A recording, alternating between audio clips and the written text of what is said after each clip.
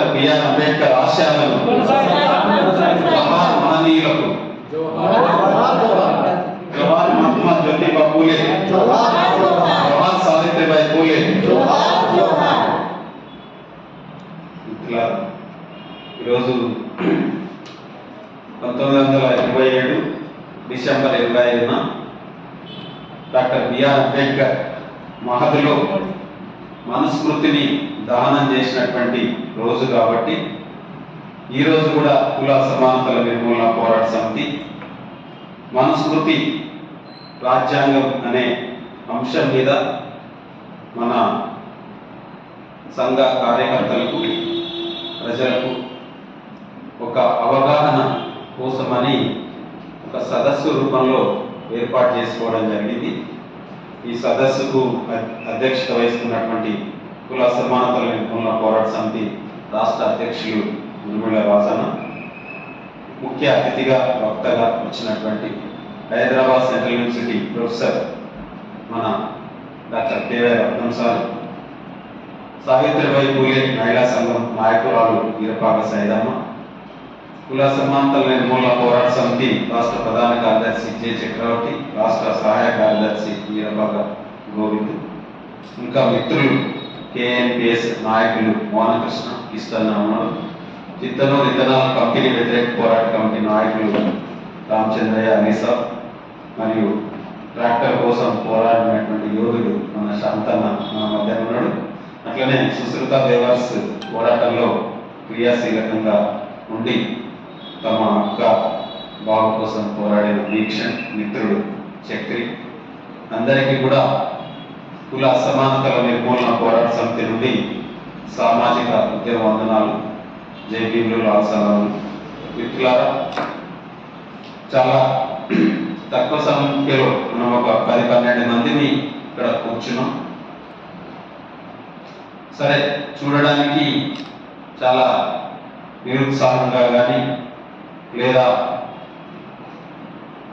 ఎబ్బెట్టుగా కానీ ఎగతాళిగా కానీ అనిపించేటటువంటి అవకాశం, అంటే శత్రువును మనం అంచనా వేసినప్పుడు లేదా పాలక వర్గాన్ని పాలక కులాన్ని అంచనా వేసినప్పుడు మనం పాలిత వర్గంగా ప్రజలుగా లేదా అణచివేతకు గురవుతున్న కష్టాలకు నష్టాలకు సమస్యలను ఎదుర్కొంటున్నటువంటి ప్రజలుగా పాలితులుగా మనం మెజార్టీగా ఉన్నాం. ఈరోజు అంటే 85% ఉన్నటువంటి దళిత బహుజనులు ఈరోజు పాలక వర్గము పాలక కులము చాలా పిడికడి మంది అని మనం చెప్పుకున్నప్పుడు వందల వేల లక్షల కోట్ల మంది ఉన్నటువంటి ఈ దేశంలో లేదా ఈ రాష్ట్రంలో మరి ఆ సంఖ్యకు ప్రతిరూపంగా ప్రతినిధులుగా లేదా ప్రాతినిధ్యం వహించేటటువంటి ఒక సంఘంగా మనం మాట్లాడుకున్నప్పుడు చాలా తక్కువనే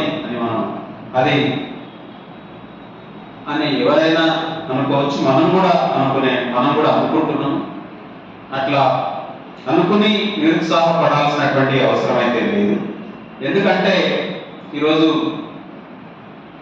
మనుస్మృతి రాజ్యాంగం అనేటటువంటి ఒక అంశం మీద మనం అవగాహన కోసమే, వాస్తవానికి మనం ప్రతి సంవత్సరం మన సంఘం ఆధ్వర్యంలో లోయర్ ట్యాంక్ బండ్ హైదరాబాద్లోని అంబేద్కర్ విగ్రహం దగ్గర మనుస్మృతి దహన కార్యక్రమాన్ని చేపట్టేవారు. అంటే ఒక సాంకేతికంగా అంబేద్కర్ చేసినటువంటి ఒక కొనసాగింపును మనం కూడా కొనసాగించాలనేటటువంటి ఒక దృఢ నిశ్చయంతో మనం ఆ యొక్క మనుస్మృతిని దానం చేయడం అనేది ప్రతి సంవత్సరం చేశాము. అయితే ఈ సంవత్సరం దానికి భిన్నంగా ఒక హాల్లో బీసీసీ భవన్ కోటి హైదరాబాద్లో ఒక 10-12 మంది కూర్చుని మాట్లాడుకుంటున్నాం. మరి మాట్లాడుకునే అవకాశం ఇచ్చినటువంటి బీసీసీ భవన్ చైర్మన్ దేవేందర్ గౌడ్ గారికి, అదేవిధంగా మేనేజర్ కవి రచయిత అయినటువంటి ఇంద్రవేలి రమేష్ అన్న కూడా మనకు అవకాశం ఇచ్చింది. అన్న కూడా ధన్యవాదాలు. అన్న కూడా మధ్యలో వచ్చి మనకు మాట్లాడతాడు. మనుస్మృతి తర్వాత రాజ్యాంగం ఇవి రెండు ఈరోజు రాజ్యాంగాన్ని ఎవరు కోరుకుంటున్నారు, లేదా రాజ్యాంగం ఈరోజు 1947లో స్వతంత్రం వచ్చిన తర్వాత మనకంటూ ఒక లిఖిత రాజ్యాంగం ఉండాలని మన స్వతంత్ర సమరయోధులు లేదా మహనీయులు నాయకులు లేదా ఈ దేశానికి సంబంధించిన దేశ ప్రజలుగా ఒక రాజ్యాంగాన్ని రచించుకుని ఆ రాజ్యాంగాన్ని రచించడానికి మన మహనీయుడైనటువంటి డాక్టర్ బిఆర్ అంబేద్కర్ను డ్రాఫ్టింగ్ కమిటీ చైర్మన్గా వచ్చి కాన్స్టిట్యూంట్ అసెంబ్లీలో నిర్ణాయక సభ అసెంబ్లీలో మరి 49 నవంబర్ 26 రోజు ఈ దేశానికి ఒక లిఖిత రాజ్యాంగాన్ని అప్పజెప్పడం అనేది జరిగింది.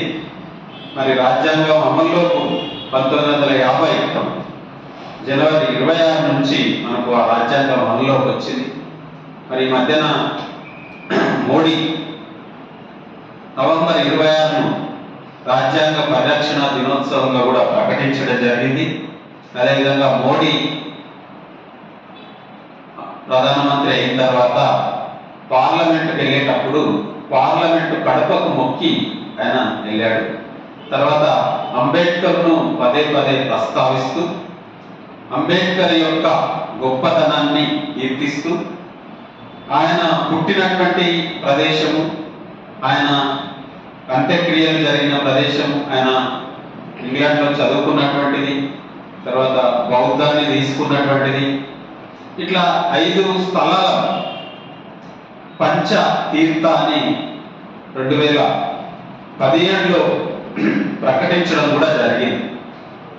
అదేవిధంగా మన రాష్ట్రంలో కూడా మొన్న గత సంవత్సరం అంబేద్కర్ జయంతి రోజు 125 అడుగుల అంబేద్కర్ విగ్రహాన్ని కూడా మన రాష్ట్రంలో కేసీఆర్ ముఖ్యమంత్రి ఆవిష్కరించడం జరిగింది. దేశవ్యాప్తంగా కూడా అంబేద్కర్కు కీర్తి ప్రతిష్టలు గౌరవం పెరుగుతున్నట్టుగా మనకు అనిపిస్తూ ఉన్నది. అందరూ కీర్తిస్తున్నారు. మనం కూడా ప్రజలుగా లేదా దళిత బహుజనులుగా మన మహనీయుని ఎక్కువ అంటే ఒక విధంగా అంబేద్కర్ను ఇక దేవుడు అనేటటువంటి అంటే దేవునిగా పూజించేటటువంటి ఒక పూజా సంస్కృతిలోకి కూడా ఈరోజు పాలకులు కొనసాగిస్తున్నారు. దాన్ని మనం కూడా కొనసాగించేటటువంటి అంటే దళిత బహుజనులు కూడా ఈరోజు పెద్ద ఎత్తున కొనసాగించేటటువంటి పరిస్థితి కనబడుతుంది. ఇటువంటి సందర్భంలో మరి రాజ్యాంగం ఏం చెప్తున్నది, మనస్ఫూర్తి అంటే ఏంటి, అసలు ఈరోజు ఏది అమల్లో ఉన్నది అని మనం ఆలోచించినప్పుడు మరి బీజేపీ అధికారంలోకి వచ్చి ఈ 2024 ఏప్రిల్ వస్తే మనకు 10 సంవత్సరాలు పూర్తవుతుంది. మరి 2024 తర్వాత కూడా 3వసారి మేమే గెలుస్తామని ఈ 3 రాష్ట్రాలు మొన్న జరిగిన 5 రాష్ట్రాల అసెంబ్లీలో ఎన్నికలలో 3 రాష్ట్రాలలో మధ్యప్రదేశ్, రాజస్థాన్, ఛత్తీస్గఢ్లో బీజేపీ అధికారంలోకి వచ్చిన తర్వాత మరి ఆ విజయాన్ని ఒక విజయోత్సవాన్ని జరుపుకుంటూ ప్రధానమంత్రి మోడీ గారు డైరెక్ట్గా చెప్పాడు, మళ్ళీ 2024లో 3వసారి నేనే ప్రధానమంత్రి అవుతున్నా అని చెప్పాడు. మరి అంత ధీమాగా చెప్పడానికి మరి ఈరోజు దేశంలో మోడీ పార్లమెంటు భవన వెళ్ళేటప్పుడు కడపకు మొక్కి వెళ్ళాడు. తర్వాత అంబేద్కర్ను పొగుడుతా ఉన్నాడు, రాజ్యాంగాన్ని పొగుడుతా ఉన్నాడు, ప్రజాస్వామ్యం గురించి మాట్లాడుతూ ఉన్నాడు. మరి అదంతా మాటల్లో మాట్లాడుతున్నాడు కానీ చేతల్లో ఎంత వరకు ఉంది, ఏం చేస్తున్నాడు అని మనం ఆలోచించినప్పుడు చాలా క్రిస్టల్ క్లియర్గా స్ఫటిక సాదృశ్యము అంటాం. అంటే మనం బింబ ప్రతిబింబాలుగా మనం అద్దంలో చూసుకున్నప్పుడు మన ముఖము, మన శరీరము, మన సంస్కృత ఎట్లా ఉంటుందో అట్లా కనబడుతుంది.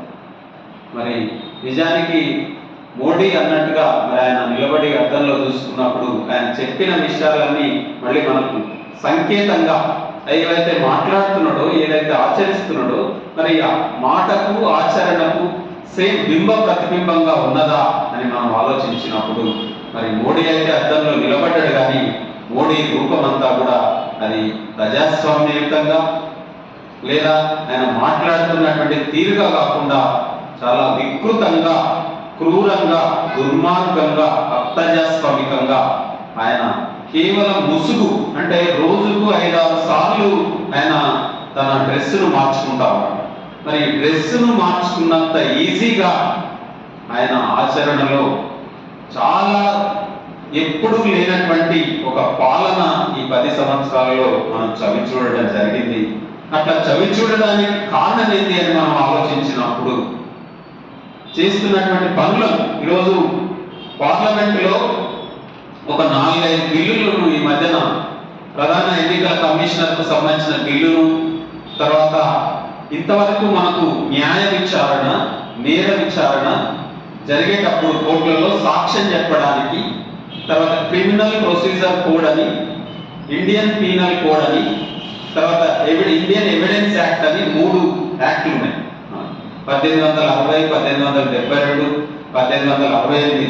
ఇవన్నిటిని ఈరోజు మొన్నటికి మొన్న 146 మంది ఎంపీలను పార్లమెంట్లో నుంచి, ప్రతిపక్ష ఎంపీలను బయటికి తోసేసి వాటి మీద ఏమీ చర్చ లేకుండా మరి మందబలంతో తనకున్నటువంటి 342 మంది ఎంపీలతో మొత్తంగా మెజార్టీ పేరుతో ఆ ఎన్నికల కమిషన్కు సంబంధించిన ఒక సుప్రీంకోర్టు ప్రధాన న్యాయమూర్తి, ప్రతిపక్ష నాయకుడు, తర్వాత ప్రధానమంత్రి, తర్వాత మీడియా, ఇట్లా 5 కమిటీ ఉండాలనేటటువంటి ఆ బిల్లు కాకుండా సుప్రీంకోర్టు ప్రధాన న్యాయమూర్తి లేడు, ప్రతిపక్ష నాయకుడు లేడు, మరి కేబినెట్ మినిస్టరు అధికారుల పేరుతో ఒక బిల్లును ఈరోజు పార్లమెంట్లో ఎన్నికల కమిషనర్ను నియమించేటటువంటి బిల్లును ఆ విధంగా పాస్ చేసుకున్నారు. అట్లనే సాక్ష్య, న్యాయ, నాగరిక అనేటటువంటి 3 బిల్లులను ఐపీసీ, సిఆర్పిసి, ఎవిడెన్స్ యాక్టును తీసేసి అది బ్రిటిష్ చట్టం అని, ఇది ఇండియన్ భారతీయ నాగరిక సురక్షా సమితి అని, భారతీయ సాక్ష్య సమితి అని, భారతీయ సాక్ష్య అని, ఈ విధంగా 3 చట్టాలను ఈరోజు అమల్లోకి తీసుకొచ్చారు. ఇంకా 2-3 చట్టాలను ఏవో తీసుకొచ్చారు. అంటే ఆ చట్టాలను తీసుకొస్తున్నప్పుడు రాజ్యాంగ నిపుణులు కానీ, లేదా జడ్జిలు కావచ్చు, లాయర్స్ కావచ్చు, మన సార్ లాంటి ప్రొఫెసర్స్ కావచ్చు, లేదా మీడియా కావచ్చు, జర్నలిస్టులు కావచ్చు, లేదా ఇంకా చాలా మంది బుద్ధిజీవులు ఈ దేశంలో ఉన్న వాళ్ళ దగ్గర, లేదా పార్టీలు, పాలకవర్గ పార్టీలు అనుకున్నప్పుడు పార్టీల దగ్గర, లేదా ప్రతిపక్షం అనుకుంటే ప్రతిపక్షం దగ్గర అసలు ఇండియన్ ఈ బ్రిటిష్ ఆ కాలంలో వచ్చినటువంటి చట్టాలను మరి ఎప్పటికప్పుడు మార్చుకుంటూ మనం వచ్చాము. మరి ఆ చట్టాలు ఈ రోజుకి స్థలకాల పరిస్థితులలో, ఈ ఆధునిక పరిస్థితుల్లో అవి సరిపోయినాయా లేదా, మరి ఇప్పుడు తెస్తున్నటువంటి చట్టాలను ఏ విధంగా మనం మార్చుకుంటున్నాము అని ఒక చర్చను లేవనెత్తాల్సినటువంటి, అంటే కింది దాకా క్షేత్రస్థాయి దాకా మాట్లాడాల్సినటువంటి పరిస్థితి నుంచి కాకుండా ఏమాత్రం చర్చ లేకుండా ఎవరి యొక్క అభిప్రాయాలను, భావాలను పరిగణలోకి తీసుకోకుండా మరి ఇప్పుడు తెస్తున్నటువంటి చట్టాలు ఏ విధంగా ఉన్నాయి, ఈ ప్రజలకు ఏ విధంగా ఉపయోగపడతాయి, న్యాయము కానీ, నేరాన్ని శిక్షించేటప్పుడు కానీ, మరి ఒక సాక్ష్యాన్ని కోర్టులో ప్రవేశపెట్టేటప్పుడు కానీ ప్రజలకు ఏ విధమైనటువంటి న్యాయము అందుతుంది అనేటటువంటి విషయం మీద ఎటువంటి చర్చ లేకుండా మరి ఈ చట్టాలను ఆమోదింపజేసుకోవడం అనేది మోడీ వచ్చినప్పటి నుంచి, ఈడబ్ల్యూఎస్ చట్టం కావచ్చు, అంటే ఈరోజు ఆర్థికంగా వెనుకబడిన వర్గాల పేరుతో తెచ్చినటువంటి రిజర్వేషన్స్ వల్ల వెనుకబడిన కులాలు, తర్వాత ఎస్సీలు లేదా ఎస్టీలు ఏదైతే రిజర్వేషన్ పొందాల్సినటువంటి హక్కు కలిగినటువంటి కులాలు లేదా వర్గాలు అంటారు కూడా, వాళ్ళకంటే అభివృద్ధిలో అన్ని రకాలుగా ముందున్నటువంటి ఈరోజు అగ్రకులాలు, అగ్రవర్ణాలు మరి అన్నింటిలో సివిల్ సర్వీస్లో కానీ, తర్వాత డాక్టర్స్లో కానీ, ఉద్యోగాల్లో కానీ వాళ్ళకు తక్కువ మార్కులు వచ్చిన ఈరోజు రిజర్వేషన్ ఈడబ్ల్యూఎస్ కోటా 10% కోటా కింద వాళ్ళు ముందు ఉంటున్నటువంటి పరిస్థితి మనకు కనబడుతుంది. అట్లనే ఈ దేశంలో 1992 డిసెంబర్ 6 ఈ డిసెంబర్ 6 అంటే మనకు గుర్తొస్తుంది అంబేద్కర్ వర్ధంతి. అంబేద్కర్ 1956 డిసెంబర్ 6న అంబేద్కర్ చనిపోయాడు. ఢిల్లీలో చనిపోతే ముంబైకి తెచ్చి ఆయన అంత్యక్రియలు చేశారు. మరి అదే రోజును రాజ్యాంగానికి ప్రతీకగా గౌరవంగా మనం సూచికగా ఎంచుకునేటటువంటి మహనీయుడు అంబేద్కర్ చనిపోయినటువంటి రోజును ఆ వర్ధంతి దినాన్ని కూడా లేకుండా అదే రోజు రాజ్యాంగాన్ని భస్మీపటలం చేస్తాం, రాజ్యాంగాన్ని గౌరవించమని చెప్పి బాబ్రీ మసీదును మొత్తం దేశవ్యాప్తంగా హిందువులనంతా లేదా హిందూ మత మెజార్టీ పేరుతో మరి యువకులను ఆర్ఎస్ఎస్, బీజేపీ, ఏబీవీపీ వాళ్ళ సంస్థలంతా కలిసి ఈరోజు ఆ రోజు బాబ్రీ మసీదు కూల్చేశారు. అట్లా కూల్చివేసిన తర్వాత దాదాపు 23 అంటే 8 తర్వాత మొన్న తీర్పు అంటే దాదాపు 30 సంవత్సరాల తర్వాత ఆ తీర్పు వచ్చింది. ఆ తీర్పు ఏమని చెప్తుంది? సుప్రీంకోర్టు, అత్యున్నత సుప్రీంకోర్టు చెప్పినటువంటిది అంటే మెజార్టీ అది నిజానికి బాబ్రీ మసీద్ ఆ స్థలం అనేది మసీదుకు సంబంధించింది. దాంట్లో మెజార్టీ మతమైనటువంటి ఈ ప్రజలు తమ విశ్వాసాన్ని నమ్మకాన్ని పెట్టుకుని అక్కడ అది అయోధ్య రాముడు పుట్టినటువంటి స్థలం అని నమ్ముతున్నారు. అట్లా విగ్రహాలు పెట్టి పూజిస్తున్నారు. కాబట్టి ఇప్పుడు మెజార్టీ ప్రజలు నమ్ముతున్నటువంటి దాన్ని మనం కాదనడానికి వీలు లేదని చెప్పి వాటి బాబ్రీ మసీదుని ఎవరు కూల్చేసిండ్రో ఆ నిందితులు ఎవరు, వాళ్ళని శిక్షించాలనేటటువంటి కోణం కాకుండా మెజార్టీ ప్రజల యొక్క విశ్వాసాన్ని కాపాడాల్సినటువంటి బాధ్యత సుప్రీంకోర్టు మీద ఉంది అని చెప్పి ఆ తీర్పులు ఇవ్వడము, బాబ్రీ మసీదుని కూల్చివేసినటువంటి నిందితులను వదిలివేయడం అనేది ఆ తీర్పులో మనం చూసాం. అంటే ఇంత నేకెడ్గా ఈరోజు వ్యవస్థలన్నీ కూడా వాస్తవాన్ని అంగీకరించడానికి సిద్ధంగా లేనటువంటి స్థితి మనకు ఈరోజు కనబడుతున్నది. అంటే ఇదే డిసెంబర్లో మరి ఈ విధంగా రాజ్యాంగంలో పేర్కొన్నటువంటి హక్కులు, చట్టము అనేది ఎందుకు మాయమవుతా ఉన్నది, ఎందుకు అమల్లోకి రావడం లేదు అంటే ఈరోజు శాసన వ్యవస్థ చట్టాలను చేసేటటువంటి పార్లమెంటు ఎంపీలు లేకుండా, చర్చలు లేకుండా చట్టాలు చేస్తా ఉన్నారు. తర్వాత అధికారులు, కార్యనిర్వాహక వ్యవస్థ మరి చట్టాలను తర్వాత న్యాయాన్ని పక్కన పెట్టి తమ ఇష్టానుసారంగా ప్రవర్తిస్తున్నారు. ఈరోజు మీడియా ఎవరు కూడా ఈ విషయాన్ని చెప్పడం లేదు, అన్యాయం జరిగిందని. మరి న్యాయ వ్యవస్థ ఈరోజు చూసి చూడనట్టు లేదా పాలకుల యొక్క విధానాలను క్వశ్చన్ చేయనటువంటి ఒక స్థితికి ఈరోజు న్యాయ వ్యవస్థ కూడా చేరుకున్నదని మనకు ఈ యొక్క ఉదాహరణలన్నీ కనబడుతున్న సందర్భంలో ప్రజాస్వామ్యము, రాజ్యాంగము కేవలము మాటల ద్వారా కాగితాలకే పరిమితమైనటువంటి స్థితిలో మరి ఏమి అమలవుతున్నదని మనం ఆలోచించినప్పుడు చాలా క్లిస్టర్ క్లియర్గా మనుస్మృతి అనేది ఈ రాజ్యాంగంగా అమలవుతున్నది. అమల్లో మనుస్మృతిని, మాటల్లో రాజ్యాంగాన్ని అమలు చేస్తున్నాడు ప్రధానమంత్రి అనే విషయము చాలా క్లియర్గా మనకు అర్థమవుతున్నది. చాలా ప్రమాదం అనేది ముంచుకొస్తా ఉన్నది ఈ దేశంలో. వేల సంవత్సరాలుగా మరి మనుస్మృతి అని మనం ఏంటి మనుస్మృతి అంటే? మనుస్మృతి అంటే మనం ఊరికి వెళ్తే ఊర్లో నివసిస్తున్నాం కాబట్టి క్లియర్గా మనుస్మృతి అంటే ఏంటి, మనువాద భావజాలం అంటే ఏంటి, లేదా మన యొక్క ఆలోచనలు, మన భావాలు ఏ విధంగా ఉన్నాయి. మనం పొద్దున లేచినప్పటి నుంచి రాత్రి పడుకోబోయే వరకు ఒక గ్రామాన్ని, మనం గ్రామాల్లోనే నివసిస్తున్నాం కాబట్టి ఆ గ్రామాన్ని పరిశీలించినప్పుడు మనం ఒక నిచ్చెనమెట్ల కుల వ్యవస్థలో అంటే కులాలుగా విభజించబడినటువంటి ప్రజలుగా ఆ గ్రామంలో కులాలన్నీ ఉన్నాయి. ఒక కులానికి మరొక కులానికి ఇది మాలగేరి, ఇది మాదిగగేరి, ఇది కుర్వగేరి, లేదా ఇది మంగళగిరి, ఇది చాకలిగేరి అని కులాలుగా విభజించబడినటువంటి మొత్తం గ్రామం మనకు కనబడుతుంది.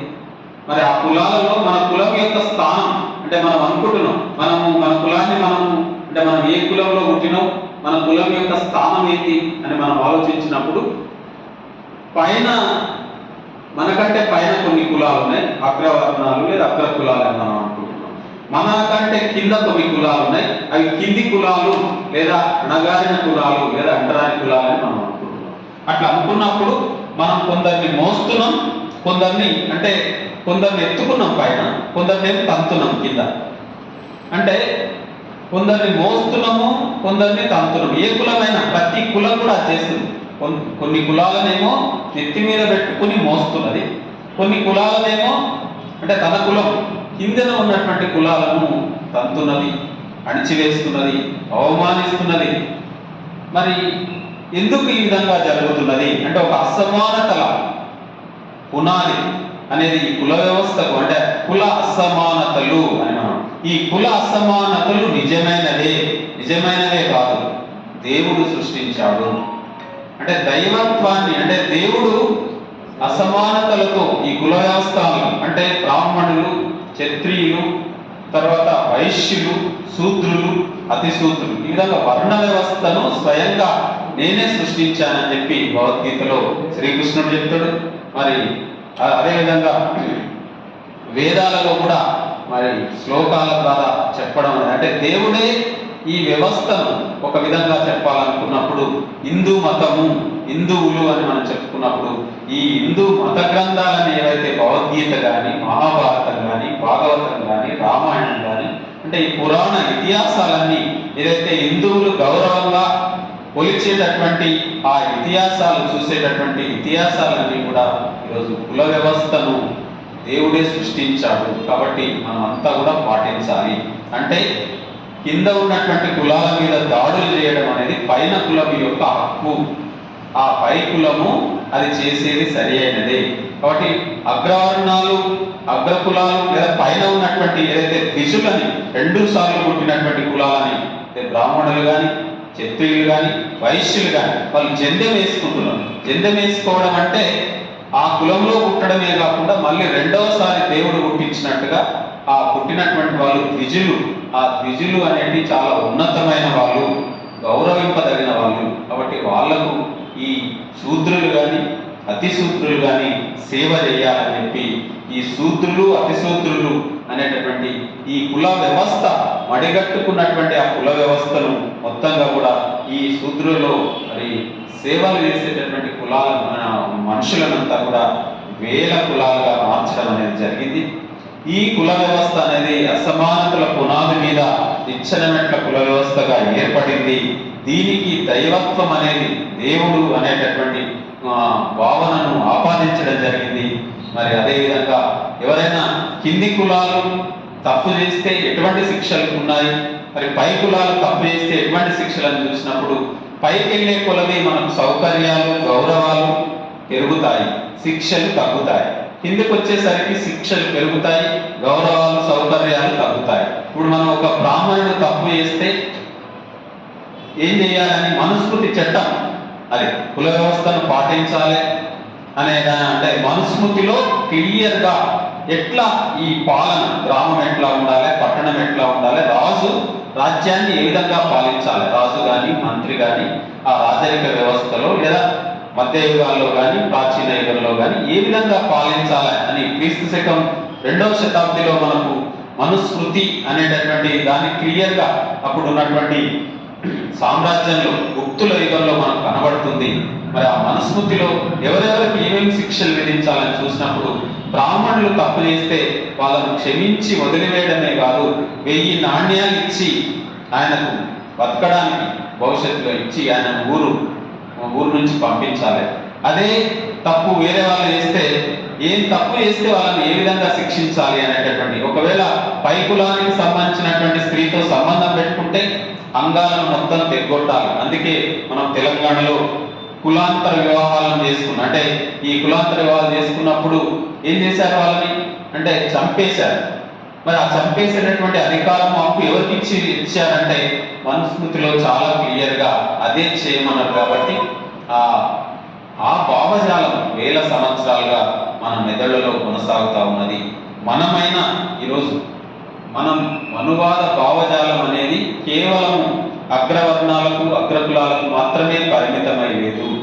ఈరోజు మనువాద భావజాలం, ఈరోజు మనం అన్ని కులాలను సమానంగా చూస్తున్నామా అని మనం ఒక్కసారి ఎద మీద చేసుకుని మనం చూసినప్పుడు, మరి అంటరాని కులాలు, అంటే గ్రామంలో ఒక ఎస్సీ కాలనీ ఉందన్నప్పుడు వాళ్ళని అంటరాని వాళ్ళుగా చూస్తూ మన ఇళ్లకు రానియకపోవడం, లేదా మన రోడ్ల మీదకి రానియకపోవడం కానీ, దేవాలయాల్లోకి రానియకపోవడం కానీ, లేదా మనతో సమానంగా కూర్చొనియకపోవడం కానీ, వాళ్ళకు ఏ అవకాశాలు అయితే మనుషులుగా పొందాలనో అవకాశాలు మనం ఇస్తున్నామా అని మనం చూసినప్పుడు, మనం ఇవ్వలేకపోతే మనం కూడా ఆ కులాన్ని పాటిస్తే, లేదా మన కులం వరకు మనం పరిమితమైతే మన యొక్క స్నేహం కానీ లేదా మన యొక్క సంబంధాలు కానీ అన్ని కులాలతో ఉన్నాయా, లేదా మన కులం వరకే మనం పరిమితమైనమా అని మనం ఆలోచించుకున్నప్పుడు, ఈరోజు మన కులం వరకే మనం ఆలోచించినట్లయితే మనలో కూడా మనువాద భావజాలం ఉంది అని మనం అంటే మనం ఎంత చదువుకున్నా, సమాజంలో ఎంత గుర్తింపు గౌరవం మనకున్నా, మనకు ఉన్నత స్థాయి మనకు ఎంత ఉన్నా కూడా ఈరోజు ఏ భావజాలం మన మెదడులో కొనసాగుతుంది అని మనం ఆలోచించినప్పుడు తప్పకుండా మరి ఈ మనువాద భావజాలం అనేది పైనుంచి కిందికి చూస్తున్నప్పుడు కేవలం అగ్రవర్ణాలలో, బ్రాహ్మణులలో, క్షత్రియులలో, తర్వాత వైశ్యులలో మాత్రమే లేదు. అది ఈరోజు శూద్ర కులాలలో కూడా, లేదా అతి శూద్రులు అంటరాని కులాల్లో కూడా ఈరోజు మనువాద భావజాలం అంటే మనవాళ్ళు పైకి రావాలి, మనవాడే ముందుండాలి అని, లేదా కింది వాళ్ళను మనం సమానంగా చూడకపోవడము, లేదా కింది వాళ్ళకు అవకాశాలు ఇవ్వకపోవడము, ఆ అవకాశాలు నిజంగా వాళ్ళకు వస్తే ఆ అవకాశాలను మనం కాజేసేటటువంటి పరిస్థితి ఉందా అని మనం ఆలోచించినప్పుడు మరి అన్ని రకాల మనువాద భావజాలం ఈరోజు కొనసాగుతున్నటువంటి పరిస్థితి మనకు కనబడుతుంది. అట్లా కులాంతర వివాహాలు చేసుకున్నటువంటి యువకుల మీద దాడులు ఎందుకు జరుగుతున్నాయని మనం ఆలోచించినప్పుడు మనువాద భావజాలం ఉండడం వల్లనే ఈరోజు ప్రజాస్వామ్య రాజ్యాంగం అని మనం చెప్పుకుంటున్నాం. మరి ఈ నియమ నిబంధనలను, చట్టాలను, న్యాయాలను ఎందుకు పాటించడం లేదు వాళ్ళు అని మనం ఆలోచించినట్లయితే వాళ్ళు మనుస్మృతిని ఫాలో అవుతున్నారు కాబట్టి అందుకే మనకు పోలీస్ స్టేషన్ పోయినా మనకు కనబడుతుంది. ఈరోజు పోలీస్ స్టేషన్ చాలా క్లియర్గా, పోలీస్ స్టేషన్లో కేసు నమోదైన కాలం నుంచి నేర విచారణ, తర్వాత కోర్టులో న్యాయ విచారణ జరిగి శిక్ష పడే వరకు ఈ యొక్క మొత్తం కాలాన్ని అంతా మనం పరిగణలోకి తీసుకున్నప్పుడు ఎఫ్ఐఆర్ నమోదు కావాలంటే మరి చట్టము అంటే రాజ్యాంగము లేదా చట్టంలో పేర్కొన్నట్టుగా ఎఫ్ఐఆర్ నమోదు కాదు. ఊర్లో పంచాయతీ చేస్తారు అంటే ఏదైనా ఊర్లో ఒక కొట్లాట జరిగినా లేదా ఎవరైనా మనం కొట్టినా ఆ కొట్టినటువంటి వాళ్ళ స్థాయి ఏంది, ఆ కొట్టినటువంటి వాళ్ళ కులం ఏంది, ఆయన వర్గం ఏంది అని ఆలోచించి ఒకవేళ ఆయన పై కులానికి సంబంధించిన వ్యక్తి అయితే, ఆయన పై వర్గానికి సంబంధించినటువంటి వ్యక్తి అయితే ఆయన మీద చట్ట ప్రకారం కేసు నమోదయ్యేటటువంటి అవకాశం లేదు. ఎందుకు లేదు అంటే పై కులాలు ఏం చేసినా వాళ్ళను శిక్షించరాదు అని మనుస్మృతిలో పేర్కొన్నారు. కాబట్టి చాలా ఎన్నో మనుస్మృతిని మనం చదివితే ఇప్పటికి మహిళలను ఏ విధంగా చూడాలి, మహిళలంతా కూడా అగ్రకులంలో ఉన్న మహిళ అయినా, అగ్రవర్ణంలో ఉన్న మహిళ అయినా ఆమె శూద్ర కులానికి, కింది కులానికి సంబంధించిన మహిళగా అంటే వ్యక్తిగా మనం చూడాలి. కాబట్టి మహిళలను ఎప్పుడు కూడా వాళ్ళకు స్వేచ్ఛ, నా స్త్రీ స్వతంత్రం, స్త్రీకి ఎప్పుడు స్వేచ్ఛ ఇవ్వరాదు, స్వేచ్ఛ ఇస్తే ఆమె చెడిపోతుంది, ఆమె ఇంటికే పరిమితం కావాలి. అందుకే ఆర్ఎస్ఎస్ సంఘచాలకు చెప్తా ఉంటాడు మనకెప్పుడు స్త్రీలను వంటింటి వరకే పరిమితం, వంటింటి కుందేలుగానే మనం చూడాలి తప్పితే వాళ్ళని బయటికి పంపి ఉద్యోగాల పేరుతో పంపడం ద్వారా అత్యాచారాలు ఎందుకు జరుగుతున్నాయంటే మహిళలంతా బరి తెగించి బయట తిరుగుతున్నారు కాబట్టి అత్యాచారాలు జరుగుతున్నాయి. మరి వాళ్ళు ఇంట్లో ఉంటే, ఇంటికి పరిమితం అయితే మరి అని విధంగా స్త్రీని గౌరవించడం పేరుతోన, స్త్రీని పూజించడం పేరుతోన, స్త్రీకి దేవత అనేటటువంటి ఒక ముద్ర వేసి మరి ఇంటికే పరిమితం చేసి స్త్రీలకు సమానమైన అవకాశాలు కానీ సమానమైన హక్కులు కానీ లేకుండా చేయడం కారణం ఏంటి అని మనం ఆలోచించినప్పుడు, ఒక స్త్రీని ఏ విధంగా అణిచివేయాలి అనేటటువంటిది అని మనం ఆలోచించినప్పుడు మనుస్మృతిలో చాలా వివరంగా స్త్రీ స్వతంత్రాన్ని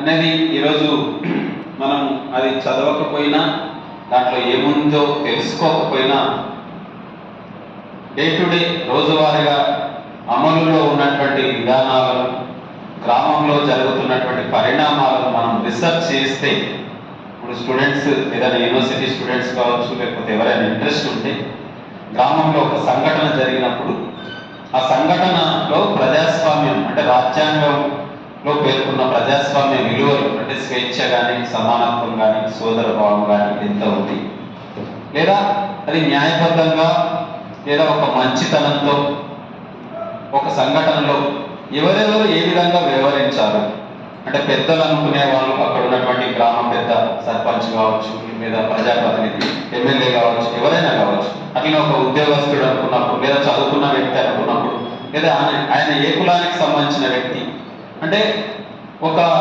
నేరం జరిగినప్పుడు పై కులానికి సంబంధించిన వ్యక్తి ఆ నేరం చేస్తే సమాజం ఏ విధంగా చూస్తుంది, అదే కింది కులానికి సంబంధించిన వ్యక్తి అదే నేరం చేస్తే ఏ విధంగా చూస్తాడు అని మనం చూస్తే తెలిసిపోతుంది. అంతెందుకు మన మధ్యన సైదమ్మ ఉంది. ఆమె ఒక దళిత మహిళ, అట్టడుగు అట్టరాని కులానికి సంబంధించిన మహిళ. ఆమె మహిళ అంటే ఏంటి? మరి ఈరోజు మహిళగా తాను ప్రభుత్వము, రాజ్యాంగం, చట్టము దాని ప్రకారంగా ఇచ్చినటువంటి సౌకర్యాలను ఉపయోగించుకుని సబ్సిడీలో ఒక ట్రాక్టర్ను కొనుగోలు చేసుకున్నది. ఆ సబ్సిడీ పొందాలని అనుకున్నది. ఒక దళిత మహిళ రాజ్యాంగం ప్రకారము ఆ హక్కున్నది కాబట్టి అది చేసింది. కానీ మనుస్మృతి ఒప్పుకోదు కదా. మరి గ్రామంలో మనుస్మృతి అమల్లో ఉంది కాబట్టి ఒక మహిళ ఏంటి, అందులో అట్టడుగున దళిత మహిళ ఏంటి, ఆమె ట్రాక్టర్ యజమాని కావడం ఏంటి, ఆ ట్రాక్టర్ను వాళ్ళు నడపడం ఏంటి అంటే ఒక వస్తువును లేదా ఒక ఆస్తి, అంటే అది ఒక ఆస్తి అనుకున్నప్పుడు ఒక ఆవును కానీ ఒక బర్రెని కానీ లేదా భూమిని కానీ అంటే సంపాదించేటటువంటి ఆస్తి ఏది కూడా కింది కులానికి ఉండడానికి వీలు లేదు మనుస్మృతిలో ఉంది. అది ప్రాక్టీస్లో ఉంది కాబట్టి మళ్ళీ ఇమీడియట్గా ఆమెని మాయ చేసో మాటలతోనో మభ్యపెట్టో లేదా మంచి తనంతో వ్యవహరించి ఆ పక్కనే ఉన్నటువంటి కాపు కులానికి సంబంధించిన ఒక్క ఆనంద కుటుంబము ఈమెతో నుంచి ఆ ట్రాక్టర్ను లాగేసుకున్నారు. అది ఏ విధంగా మాటలతో కావచ్చు, మభ్యపెట్టడం కావచ్చు, ఏదైనా కావచ్చు, అంగీకారం కావచ్చు, అనంగీకారం కావచ్చు. అంటే ఈమె అనుభవించాల్సినటువంటి, అంటే ఒక దళిత కుటుంబం అనుభవించాల్సినటువంటి ట్రాక్టర్ ఈరోజు ఎవరి చేతిలోకి వెళ్ళింది? ఆ పై కులానికి సంబంధించిన వ్యక్తి చేతిలోకి వెళ్ళింది. సంవత్సరం తర్వాత మరి ఆ ఒప్పందాలు అవన్నీ కాలేదని ఆమె ట్రాక్టర్ ఆమె తీసుకొచ్చుకుని ఒక 10 రోజులు ఇంటి దగ్గర పెట్టుకుంటే వాళ్ళంతా వచ్చి దాడి చేసి మళ్ళీ ట్రాక్టర్ను తీసుకెళ్లారు. మరి రాజ్యాంగం ప్రకారము ఏం చేయాలి? కేసు పెట్టాలి, ట్రాక్టర్ని ఎత్తుకెళ్ళినటువంటి వాళ్ళను అరెస్ట్ చేయాలి, సైదమ్మ ట్రాక్టర్ను సైదమ్మకు అప్పగించాలి. మరి మనుస్మృతి అమల్లో ఉంది కాబట్టి ఎన్ని రోజులు పట్టింది? మరి రాజ్యాంగానికి మనుస్మృతి అది క్వైట్ అపోజిట్. ఈరోజు రాజ్యాంగం ప్రకారం మనం మాట్లాడుతున్నాం, వాళ్ళు ఏమనుకుంటున్నారు? వాళ్ళ మెదళ్లలో మనుస్మృతి ఉంది కాబట్టి ఒక దళిత మహిళ ట్రాక్టర్ ఉండడం ఏంటి? ట్రాక్టర్ వాళ్ళు తీసుకుపోయారు, వాళ్ళ ట్రాక్టర్ వాళ్ళు తీసుకుపోయారు, కొన్ని డబ్బులు ఇచ్చింది కదా, ఇంకేం ఈమె కావాల్సిన డబ్బులు ఇచ్చేసింది. మరి ఆమె దగ్గర ఉంది, బట్ కేసు పెట్టరు, అరెస్ట్ చేయరు. 10 నెలలు అయింది. ఈ 10 నెలలు అయిన తర్వాత మరి ఈ రాజ్యాంగాన్ని అమలు చేయాలని చెప్పి మనుస్మృతి మనువాద భావజాలాన్ని ఎదుర్కొంటూ ఒక సవాల్ విసిరి ఒక దళిత మహిళగా సైదమ్మ తహసీల్దార్ ఆఫీస్ ముందు 77 రోజులు నిలబడి కలబడి కొట్లాడి మరి తన ట్రాక్టర్ను తాను ఈరోజు రాజ్యాంగాన్ని లేదా ప్రజాస్వామ్య రాజ్యాంగ చట్టాలను అమలు చేయించి, అంటే ప్రాక్టీస్లో ఏముంది అని మనం ఆలోచించినప్పుడు మనుస్మృతి మనువాద భావజాలము అనేది ప్రతి దగ్గర పోలీస్ స్టేషన్లో పోలీస్ ఆఫీసర్గా రాజ్యాంగాన్ని అమలు చేయకుండా మనువాద భావజాలంతో మనువాద చట్టాలని ఆయన అమలు చేస్తాడు. ఒక తహసీల్దార్ కూడా అదే మాట్లాడతాడు, ఒక ప్రజాప్రతినిధి కూడా అదే మాట్లాడతాడు. మన వాళ్ళు కూడా అంటే ఈరోజు ఒక దళిత మహిళకు ఎంతమంది దళితులు వచ్చి సపోర్ట్ చేశారు, ఎంతమంది ప్రజాస్వామికవాదులు వచ్చి సపోర్ట్ చేశారు, ఎంతమంది ప్రజా సంఘాలు వచ్చి సపోర్ట్ చేసినాయి, ఎంతమంది ఆ సమస్యను గుర్తించారు, గౌరవించారు, లేదా సైదమ్మ పోరాటం న్యాయమైనది, ప్రజాస్వామ్యయుతమైనది, మరి మనువాద భావాలకు వ్యతిరేకంగా, చట్టాలకు వ్యతిరేకంగా ప్రజాస్వామ్యాన్ని పరిరక్షించుకోవాలని మనం మాట్లాడడం కాదు, మరి ఆచరణలో చూపించాలని మనం అనుకున్నప్పుడు మరి ఎంతమంది నిలబడ్డారని ఆలోచించినప్పుడు మరి కేవలం అంబేద్కర్ను గౌరవించడం, అంబేద్కర్కు దండ వేయడం, అంబేద్కర్ను పూజించడం కాదు. మరి ఈరోజు అంబేద్కర్ ఏదైతే ఆ రోజు ఎందుకు ఆయన మనుస్మృతిని దానం చేయాల్సి వచ్చింది? 1927 మార్చి 20 తారీఖు రోజు మహద్లో మొత్తం మహద్ చెరువు అంతకుముందే మహద్ అనేది మున్సిపాలిటీగా మారింది. ఆ మున్సిపాలిటీ ఒక చట్టం చేసింది, ఆ మహద్ చెరువులో నీళ్లు అందరూ తాగొచ్చు, అంటరాని వాళ్లకు నీళ్లు తాగేటటువంటి హక్కు లేదు. ఊరుమ్మడి చెరువులో కులాల పరంగా వేరు చెరువులు ఉన్నాయి. కారంచేట్లో కూడా మనం చూసాం, మాదిగలకు ఒక చెరువు, అగ్రకులాలకు ఒక చెరువు. మరి అట్లా మహదిలో కూడా ఊరుమ్మడి చెరువులో అందరూ తాగొచ్చు అనే ఒక చట్టం చేస్తే ఆ చట్టం అమలు కావడం లేదని అంబేద్కర్ తర్వాత అక్కడ ఉన్నటువంటి స్థానిక నాయకులు ప్రజలంతా కలిసి ఒక పిలుపిచ్చారు. ఆ పిలుపులో అంబేద్కర్ ఒక ర్యాలీ తీశాడు 2500 మందితో 1927 మార్చి 20 19 18 19 20 3 రోజులు సదస్సు చేసి 20 రోజులు ర్యాలీ తీశారు. ఆ ర్యాలీ మీద పెద్ద దాడి జరిగింది. అట్లా దాడి జరిగి కోర్టులో వేసిన తర్వాత మళ్ళీ దాన్ని కోర్టు, స్థానిక కోర్టు, హైకోర్టు ఏమో ఓకే అన్నది, స్థానిక కోర్టు ఏమో వ్యతిరేకమైనటువంటి తీర్పు ఇచ్చిందని చెప్పి మళ్ళీ డిసెంబర్లో మళ్ళీ ఒక సదస్సు పెట్టుకున్నారు. ఆ సదస్సు పెట్టినప్పుడు అప్పటికి వీళ్ళు కోర్టు ద్వారా తెచ్చుకున్నారు, ఆ మహద్ స్టే తెచ్చుకున్నారు. కాబట్టి మరి ఇంత పోరాటం జరిగిన తర్వాత కూడా నీళ్లు తాగి దాన్ని మున్సిపల్ చట్టం చేసింది. అక్కడ లోకల్ మున్సిపాలిటీ కూడా ఓకే అన్నది, తర్వాత లోకల్ కోర్టు ఓకే అన్నది. తర్వాత దీన్నంతా మరి పై కోర్టులో పెట్టి దానికి వ్యతిరేకంగా స్టే అనేది తెచ్చుకున్నారని చెప్పి, అంటే ఈరోజు మనువాద చట్టాలు మనుస్మృతిలో పేర్కొన్నట్టుగానే ఈరోజు ఆచరణలో ఉంది. కాబట్టి ఈ మనుస్మృతి అనేది ప్రజాస్వామ్యానికి, న్యాయానికి అడ్డంకి అని చెప్పి ఆ రోజు ఆ స్టేను గౌరవిస్తూ మరి చట్ట వ్యతిరేకంగా మనం పోవడం అని కాకుండా అంబేద్కర్ ఆ రోజు ఈ మనుస్మృతిని దానం చేశారు. డిసెంబర్ 25 తారీఖు రోజు మహదులు ఆ మనుస్మృతి దానం చేసి ఇప్పటికీ 96 సంవత్సరాలు అవుతుంది. అంతకంటే ఎక్కువ ఘోరమైనటువంటి నేరాలు ఇప్పుడు చాలా మంది మనవాళ్ళు కూడా మేధావులు, కొంతమంది దళిత మేధావులు కానీ లేదా బహుజన మేధావులు కానీ మన అంబేద్కర్ను కూడా మోడర్న్ మను అంటున్నారు. ఈ మోడర్న్ మను, అసలు మనువును మనం తిరస్కరించాలి, వ్యతిరేకించాలి అనేది పోయి అంబేద్కర్కు కూడా మోడర్న్ మను అని పేరు పెట్టి సంతోషపడుతున్నారంటే మనుస్మృతిని మన వాళ్ళ భావజాలం ఎంత ఎక్కిందో చూడండి. కిక్ అంటాం కదా మన వాళ్ళకు ఎంత కిక్ ఎక్కిందో. అంటే మోడర్న్ మను అని అంటే మనుస్మృతిని దానం చేసి మనవాద భావజాలానికి వ్యతిరేకంగా బౌద్ధ భావజాలాన్ని ఆయన అడాప్ట్ చేసింది. 1956 అక్టోబర్ 14 తారీఖు రోజు నాగపూర్లో అంబేద్కర్ బౌద్ధ దీక్షను, అంటే బౌద్ధం ఈ దేశంలో మనువాద భావజాలానికి వ్యతిరేకంగా, బ్రాహ్మణీయ భావజాలానికి వ్యతిరేకంగా బౌద్ధాన్ని మనం తీసుకోవాలి, బౌద్ధం అనేది బౌద్ధ భావజాలాన్ని మనం అంటే కొనసాగించాలి, దాన్ని అమలు చేసుకోవాలి, మనం పాటించాలని చెప్పి ఒకవైపు అంబేద్కర్ చెప్తుంటే, మనం హిందూ మతం పేరుతో హిందూ మతంలో ఉన్నటువంటి దేవుళ్ళ మీద గౌరవం కావచ్చు, భక్తి కావచ్చు, లేకపోతే వేల సంవత్సరాలుగా మనం ఆ బానిస భావజాలం కావచ్చు, ఆ బానిసత్వంలో కొట్టుమిట్టాడుతూ మనం ఇంకా బానిసత్వం చేయడానికి మరి అంబేద్కర్ను కూడా మోడర్న్ మను అని, అందుకే ఆ అది గుర్తించారు. కాబట్టి ఈరోజు ప్రధానమంత్రి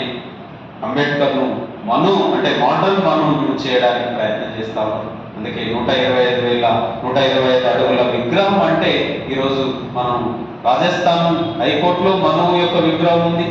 తర్వాత ఇక్కడ మనం 125 అడుగుల అంబేద్కర్ విగ్రహం ఉంది. 125 అడుగుల అంబేద్కర్ విగ్రహం ఉంది అనుకున్నప్పుడు ఇక్కడ ఎంత సమానత్వం ఉండాలి, ఇక్కడ ఎంత స్వేచ్ఛ ఉండాలి, ఎంత సోదరభావం ఉండాలి. మనం చూసాం కేసీఆర్ ప్రభుత్వంలో ఎంత నేతృత్వం అమల్లో ఉంది. మరి ప్రగతి భవన్ దొరల భవన్గా మారింది.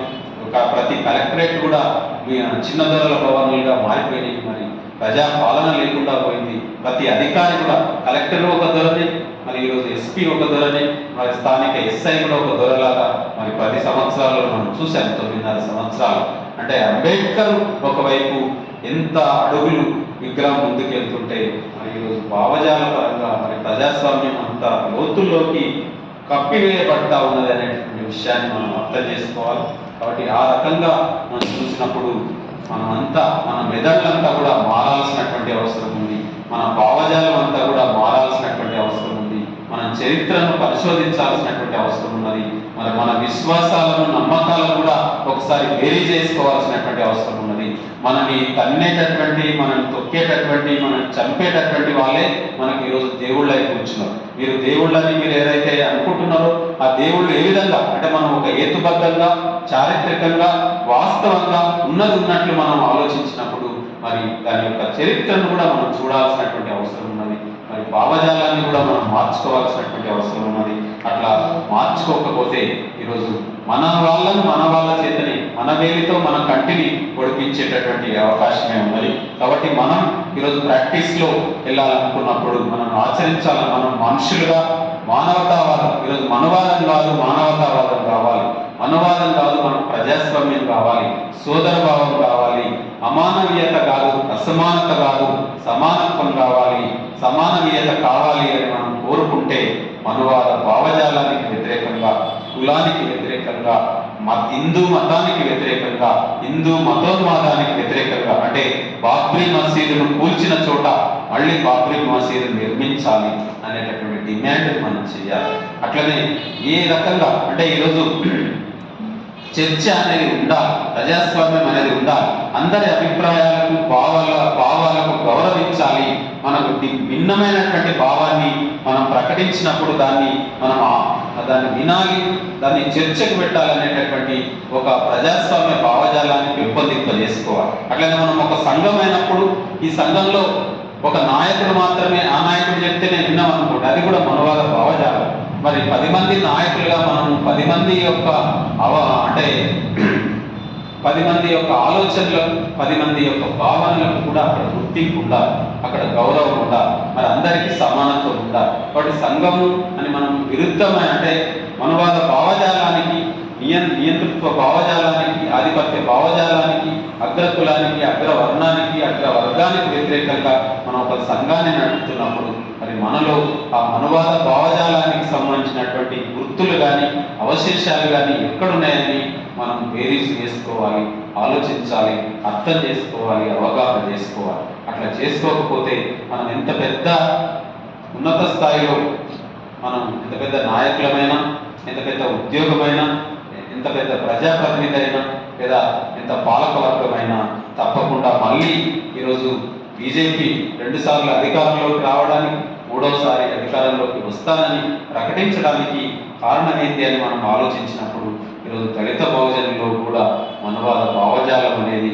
ఏరుకుని పోయి ఉండడం. 85% మనం భౌతికంగా, 85% మనం ప్రజలుగా ఉండొచ్చు, కానీ భావజాల పరంగా తీసుకున్నప్పుడు మనువాద భావజాలమే మెజార్టీగా ఉన్నది. అందుకే ఇటువంటి చర్యలు అనేటివి జరుగుతూ ఉన్నాయి అనే విషయాన్ని గుర్తించాలి.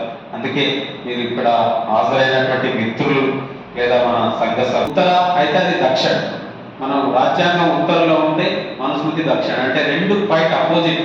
కాబట్టి 2 క్వైట్ అపోజిట్ మధ్యన ఘర్షణ, ఎంత ఘర్షణ జరిగితే అంత సమాజం మారుతుంది. ఆ ఘర్షణ అనేది ఏ రూపమన్నా తీసుకోవచ్చు. కాబట్టి అది భావజాలపరమైనటువంటి ఘర్షణ మొదలు స్టార్ట్ కావాలి. ఆ భావజాలాన్ని సంబంధించిన అంటే చాలా పెద్ద ఎత్తున మనం చదవాలి, పెద్ద ఎత్తున చరిత్రను మనం శోధించాలి, మన యొక్క మహనీయుల యొక్క ఆశయాలను తెలుసుకోవాలి. అంబేద్కర్ ఏం చెప్పిండు, బుద్ధుడు ఏం చెప్పిండు, పూలే ఏం చెప్పిండు, పెరియార్ ఏం చెప్పిండు. మన ఫ్రీ టైంలో ఇప్పుడు సమాచారం అనేది చాలా అందుబాటులోకి వచ్చింది, సెల్ ఫోన్లో చాలా విషయాలు మనకు తెలుస్తున్నాయి. కాబట్టి మీరు ఆ రకంగా తెలుసుకుని మన భావజాలాన్ని మార్చుకుని మరి సమానత్వాన్ని, స్వేచ్ఛ, సోదర భావాన్ని అందరి పట్ల ఉంచడం, అదేవిధంగా కులాన్ని తిరస్కరించడం, హిందూ మతాన్ని కూడా తిరస్కరించడం, తర్వాత సమానత్వాన్ని గౌరవించడం అనేది నేర్చుకుంటేనే మనం ముందుకెళ్తాము. లేదా భవిష్యత్తులో ఒక నూతన సమాజాన్ని లేదా ఒక సమాజాన్ని ఏర్పాటు చేసి మనుషులంతా సమానంగా, గౌరవంగా, ఉన్నతంగా జీవించేటటువంటి అవకాశాలు ఆ సమాజంలో ఉండాలంటే మన యొక్క భావజాలం పైన మనం ఎక్కువ దృష్టి పెట్టాలని తెలియజేస్తూ అవకాశం ఇచ్చిన మీ అందరికీ పేరున కృతజ్ఞతలు.